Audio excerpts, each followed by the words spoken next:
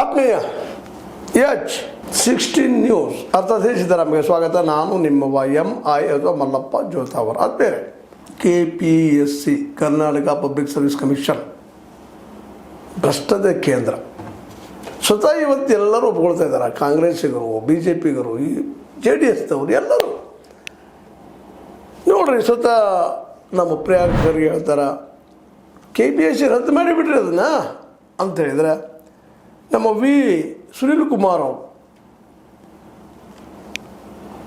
ನೌಕರಿ ಆಕಾಂಕ್ಷಿಗಳ ಕನಸುಗಳನ್ನು ಕೊಲ್ಲುವ ಕೇಂದ್ರ ಅಂತ ಹೇಳ್ತಾರೆ. ಅದೇ ಕಾಲಕ್ಕೆ ನಮ್ಮ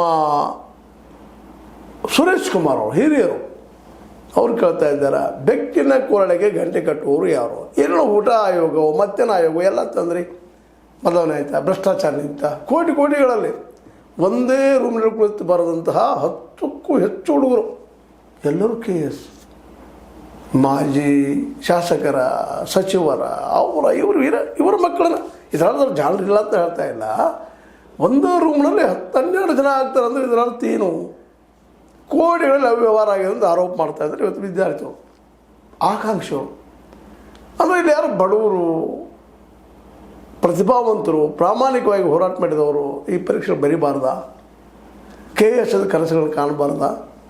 ಇದೇ ರೀತಿಯಾಗಿ ಇತ್ತೀಚೆಗೆ IAS ಬಗ್ಗೆ ಕೆಲವು ಪ್ರಶ್ನೆಗಳು ಇತ್ತು, ಅಲ್ಲೂ ಪೇಪರ್ ಲೀಕ್ಸ್ ಆಗಿದ್ದು ನಾವು ಕೇಳ್ತಾ ಇದ್ವಿ. ಈಗ ನಾವು ಮಾತಾಡೋದಿರೋದು KPSC ಬದಲ, ಅದು ನೋಡೋಣ, ಅದನ್ನು ಅಲ್ಲೂ ಇಲ್ಲಂತಲ್ಲ. ಇದು ಹೋಗೋದು ಯಾವಾಗ ರೀ? ಸ್ವತಃ ಇವತ್ತು ಪ್ರಿಯಾಂಕಾ ಖರ್ಗೆ ಒಬ್ಬ ಮಿನಿಸ್ಟರು, ಇವತ್ತಿನ ಆಡಳಿತ ಪಕ್ಷದ ಒಬ್ಬ ದೊಡ್ಡ ಕಂಬ ಅವರು, ಮಲ್ಲಿಕಾರ್ಜುನ ಖರ್ಗೆ ಅವರ ಮಗ ಸ್ವತಃ ಹೇಳ್ತಾನ, KPSCಗೆ ಕಾನೂನಿನ ಭಯವಿಲ್ಲ. ಅವ್ರ ಭಯನೇ ಇಲ್ಲ ಎಲ್ಲರಿಗೂ. ಅದು ಕಂಟ್ರೋಲರ್ ಇರ್ಬೋದು, ನಿಯಂತ್ರಕ, ಅದು ಚೇರ್ಮನ್ ಇರ್ಬೋದು, ಅಧ್ಯಕ್ಷರಿರ್ಬೋದು, ಯಾರಿಗೂ ಭಯನೇ ಇಲ್ಲ ರೀ. No one can care about that. What is that scare? ಹಂಗೆ ಭಯ ಅಂದ್ರೆ ಏನು? ದುಡ್ಡು ಮುಂದೆ ಅಧ್ಯಕ್ಷರು ಕಾರ್ಯದರ್ಶಿ ಮೇಲೆ, ಕಾರ್ಯದರ್ಶಿಗಳು ಅಧ್ಯಕ್ಷ ಮೇಲೆ, ಈ ಒಬ್ಬರ ಮೇಲೆ ಒಬ್ಬರು ಹಾಕುವಂಥದ್ದು ಅಂತ. ಮುಂದೆ ಯಾವುದೇ ಹೊಣೆಗಾರಿಕೆಯೂ ಇಲ್ಲ, ಆ ಸಂಸ್ಥೆನೇ ರದ್ದು ಮಾಡಬೇಕು. ಸ್ವತಃ ಇವತ್ತು ಖರ್ಗೆ ಹೇಳ್ತಾರಪ್ಪ ಅಂತಂದ್ರೆ ರದ್ದು ಖರೇನ ಮಾಡಬೇಕು. ಅದನ್ನು ನೋಡ್ತಾ ಬಂದಿದ್ದೀವಿ ನಾವು. ಕಾಂಪಿಟೇಷನ್ ಮಾಡೋದು ಇವತ್ತು 40-50 ವರ್ಷ ಹಿಂದಿನ ಮಾತು.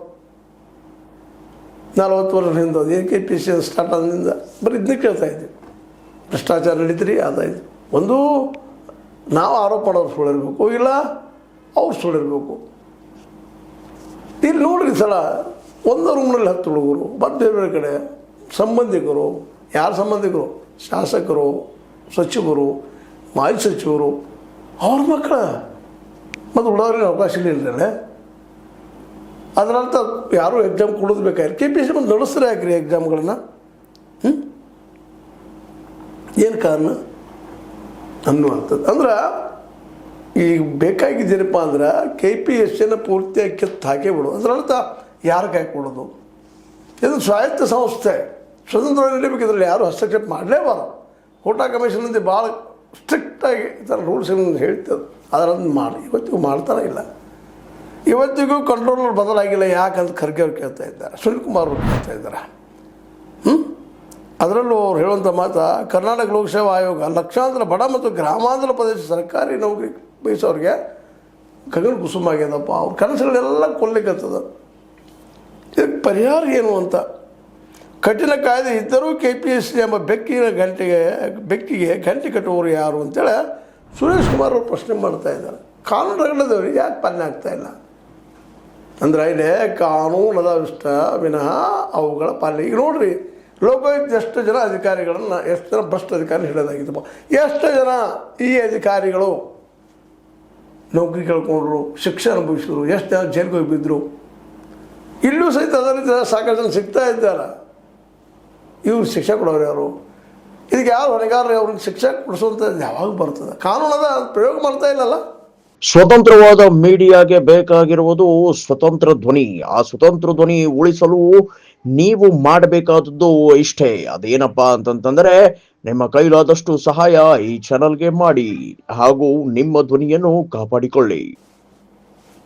ಕಾನೂನು ಯಾವಾಗ ಆಗೋದಪ್ಪ ಅಂತ, ನೀವು ಬೇಕಾದಷ್ಟು ಕಾನೂನು ಇದ್ದಾವೆ ನಮ್ಮಲ್ಲೇ, ಅದು ಪ್ರಯೋಗಕ್ಕೆ ಬಂದಾಗ ಅದು ಯಶಸ್ವಿ ಆಗುವಂಥದ್ದು.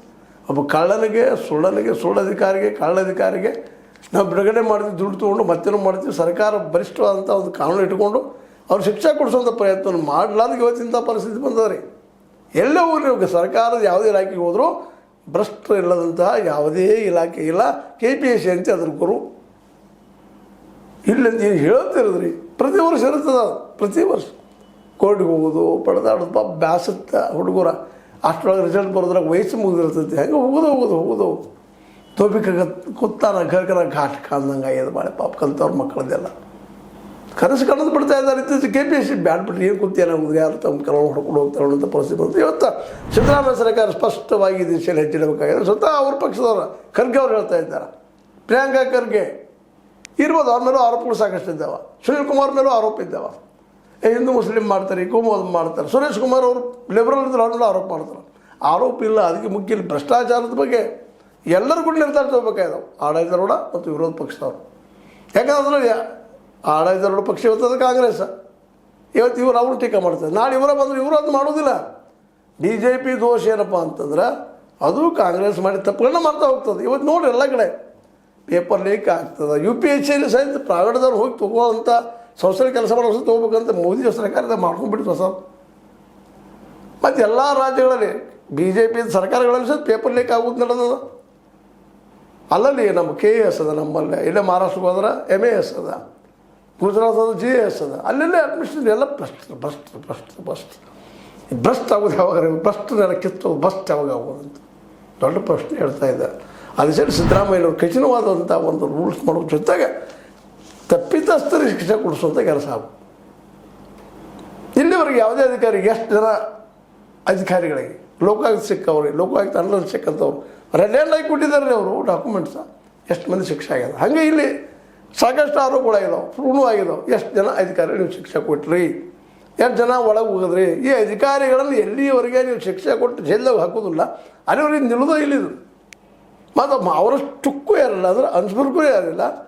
ಮತ್ತು ಅವ್ರಿಗೆ ಗೊತ್ತದ ರಾಜಕಾರಣಿ ಹಿಡ್ಕೊಂಡು ತಮ್ಮ ದಂಧೆ ಮಾಡ್ಕೊಳ್ತಾರೆ. ಅವ್ರು ಏನು ಪರ್ಸೆಂಟೇಜ್ ಕೊಟ್ಟು ಬಿಗಿಸ್ಕೊಂಡ್ಬಿಡ್ತಾರೆ. ಅಂದರೆ ಇಲ್ಲಿ ಎಲ್ಲಿಯವರೆಗೆ ರಾಜಕಾರಣಿಗಳು ಅಂದರೆ ಶಾಸಕರು ಬಂದರು, ಸಚಿವರು ಬಂದರು, ಮಂತ್ರಿಗಿರಿ ಎಲ್ಲರೂ ಬಂದರು, ಅವ್ರಿಗೆ ಮತ್ತು ಅಧಿಕಾರಿಗಳಿಗೆ ಒಂದು ಅನೈತಿಕ ಸಂಬಂಧ ಇರ್ತದೆ. ಅತ್ಯಂತ ಪರ್ಫೆಕ್ಟ್ ಸಮಯದಲ್ಲಿ ಕೇಸಿನ ಆಗೇ ಬಿಡ್ತಪ್ಪ ಅನ್ನೋ ಸಂದರ್ಭದಲ್ಲಿ ಏನೇನೋ ಜಾಳ ಮಾಡಿ ಅವ್ರನ್ನ ತಪ್ಪಿಸೋ ಮಾಡಿಬಿಟ್ಟು ಬಿಡ್ತಾರೆ. ಹೀಗಾಗಿ KPSC ಇವತ್ತು ಬಲತ್ತು ಏನಾಗಿದೆಪ್ಪ ಅದು ಹೆಗ್ಗನಾಗಿಬಿಟ್ಟಂತ. ಅದಕ್ಕೆ ಏನಂದ್ರು ಏನು ಕರೆದ್ರು ಕಡಿಮೆನ ಅದು. ಹೀಗಾಗಿ ಪಾಪ ಇವತ್ತು ನಮ್ಮ ಹಳ್ಳಿಗಾಡಿನ ಮಕ್ಕಳಾಗಿರ್ಬೋದು, ಪ್ರತಿಭಾವಂತ ಮಕ್ಕಳು, ಶಹರದಲ್ಲಿ ಪ್ರತಿಭಾವಂತ ಮಕ್ಕಳಿದ್ದಾರೆ, ಅವ್ರಿಗೆ ಅದೊಂದು ಗಗನ ಕುಸುಮ. ನಾವು ಅಧಿಕಾರಿ ಆಗಬೇಕು, ನಾವು KS ಅಧಿಕಾರಿ ಆಗಬೇಕು, AC ಆಗಬೇಕು, ತಹಶೀಲ್ದಾರ್ ಆಗಬೇಕು, ಒಬ್ಬ ದೊಡ್ಡ ಒಳ್ಳೆ ಅಡ್ಮಿನಿಸ್ಟ್ರೇಟರ್ ಆಗಬೇಕು, ಸಬ್ ರಿಜಿಸ್ಟ್ರಾರ್ ಆಗಬೇಕು, ಒಳ್ಳೆ ಕೆಲಸ ಮಾಡಬೇಕು ಅನ್ನುವಂಥವ್ರಿಗೆ ಇದು ಅಸಾಧ್ಯದಾಗಿದೆ. ದುಡ್ಡು ಕೊಟ್ಟು ಹೋಗ್ಬೇಕು, ಒಳಗೆ ಮತ್ತು ದುಡ್ಡು ಮಾಡ್ಕೋಬೇಕು. ಇದು ದಂಧೆ ಆಗಿದೆ ರೀ. ದುಡ್ಡು ಕೊಟ್ಟು ಹೋಗ್ಬೋದು. ಇವು ಸಬ್ ರಿಜಿಸ್ಟ್ರಾರ್ ಹಾಕಿರಿ ಇಷ್ಟಪ್ಪ, AC 4 ಕೋಟಿ 5 ಕೋಟಿ 2 ಕೋಟಿ 3 ಕೋಟಿ ಏನು ಬಾಯಿಗೆ ಬಂದಿದ್ದ ಇಲ್ಲ ಸಂಬಂಧಿಕರು ಇರ್ಬೇಕು ಯಾವ್ದಾರು ಮಿನಿಸ್ಟ್ರಿಗೆ. ಹಿಂಗಿದ್ದಾಗ ನೀವು ಒಳ್ಳೆ ಆಡಳಿತಗಾರ ಬರಲಿ ಅಂದ್ರೆ ಹೆಂಗೆ ಬರ್ಲಿಕ್ಕೆ ಸಾಧ್ಯದ? ಅದಕ್ಕೆ KPSC ಏನಪ್ಪ ಕೊಲ್ಲು ಕೇಂದ್ರ ಅಷ್ಟೇ ಅಲ್ಲ, ಅದು ರದ್ದು ಮಾಡಿದ್ರೆ ಯಾರಿಗೂ ದುಃಖವೂ ಇಲ್ಲ. ಎಲ್ಲ ಅಭ್ಯರ್ಥಿಗಳು ಹೇಳ್ತಾರೆ ಅವ್ರು ಭಾಳ ಚಲೋ ಮಾಡಿದ್ರಪ್ಪ ಇದು ಮಾಡಿ. ಆದ್ರೆ ಇದ್ರ ಬದಲಾಗಿ ಏನು KPSC ಬದಲಾಗಿ ಏನು ತರಲಿಕ್ಕೆ ಹೊರಟಿದ್ರೆ ಅದನ್ನು ಕ್ಲಿಯರ್ ಮಾಡ್ಬೇಕಾಗಿದೆ. ಯಾಕಂದರೆ ನೋಡಿರಿ, ದೇಶಕ್ಕೆ ನಮ್ಮ ಅಣ್ಣಾ ಹಜಾರೆ ಅವರು ವ್ಯವಸ್ಥೆ ಬದ್ದಾಗಲಿ ಅಂತ ತಿಳ್ಕೊಂಡು ಹೋರಾಟ ಮಾಡಿದರು. ಅದರ ಕಾಂಗ್ರೆಸ್ ಬದಲಾಗಿ BJP ಬಂತು. ಮತ್ತು ಇವು BJP ಏನು ಬದಲಾಗ್ಯದ? ಕಾಂಗ್ರೆಸ್ ಇದ್ಲು ಖತರ್ನಾಗ ಆಗಿಬಿಟ್ಟದು. ಕಾಂಗ್ರೆಸ್ ಈ ದೇಶ ಬಿಟ್ಟು ಹೋಗೋ ಮುಂದೆ ಅಂದ್ರೆ ಕಾಂಗ್ರೆಸ್ ಆಳಿದ್ದ ಮನಮೋಹನ್ ಸಿಂಗ್ ಬಿಟ್ಟು ಹೋಗೋ ಮುಂದೆ 54 ಲಕ್ಷ ಕೋಟಿ ರೂಪಾಯಿ ಸಾಲ ಇದ್ದಿದ್ದು ಇವತ್ತು ಮೋದಿಯವ್ರ ಕಾಲಕ್ಕೆ 218 ಲಕ್ಷ ಕೋಟಿ ರೂಪಾಯಿ ಆಗಿದೆ ಅಂತೇಳಿ ಸ್ವತಃ ಪಾರ್ಲಿಮೆಂಟಲ್ಲಿ ಒಪ್ಕೊಳ್ತಾ ಇದ್ದಾರೆ. ಎಷ್ಟು ಪಟ್ಟು ಹೆಚ್ಚದು?